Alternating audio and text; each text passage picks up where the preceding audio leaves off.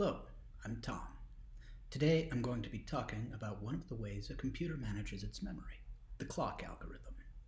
First, I'm going to review some basic information about how computers store and use data. Then, I'll describe a common method computers use to free up space in memory.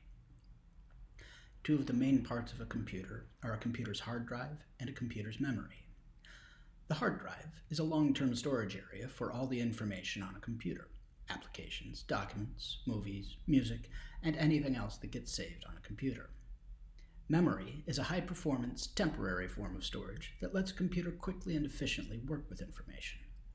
When a computer needs to work with the information stored on the hard drive, that information gets loaded into memory from the hard drive. Memory is divided into individual sections called pages. A page is the smallest piece of memory that a computer can work with when moving data back and forth between a hard drive and a memory. Memory is many times faster than a hard drive. However, there's also a lot less space available in a computer's memory than there is on its hard drive. Memory can typically only hold a small fraction of what is stored on the hard drive. Moving information back and forth between the hard drive and memory is slow too. So it's best to only move information out of memory if the user is not likely to need it again anytime soon.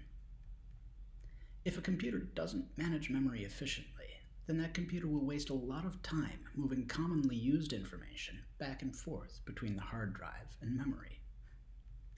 When a program needs to load something into memory, but the memory doesn't have any more free space, the computer needs to find a space in memory that has data that isn't being used anymore. Then, the computer can clear the old data from that space, making room for the new data it needs to work with. There's a catch, though. How can a computer do this without being able to tell the future? As it turns out, there are a number of techniques a computer can use to do this. None of them are perfect, but a computer can do a fairly good job of choosing spaces in memory that contain data that is less likely to be used than data in other spaces in memory. One of these techniques is called the clock algorithm. To use the clock algorithm, a computer must keep track of two key pieces of information: an index that points at a specific page in memory, and a usage flag that tells whether or not the information in that page has been used by the computer. When the computer needs to free memory so that new data can be loaded, it looks at the page the index is pointing to. If that page of memory does not have a usage flag set, then the computer knows that the data in this page of memory has not been viewed or changed recently. The computer will clear the data from this page, sending data back to the hard drive to be stored if necessary. Then, it will mark the page as free so that new data can be loaded.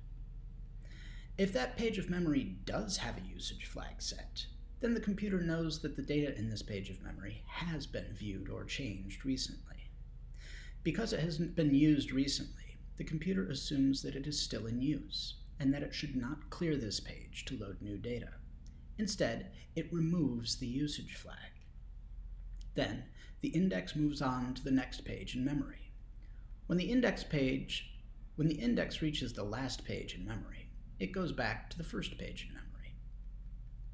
It takes some time for the index to work its way through all of a computer's memory. During this time, the computer will continue to read from and write to pages throughout the computer's memory. Every time a page is read from or written to, the computer makes sure to set the usage flag for that page.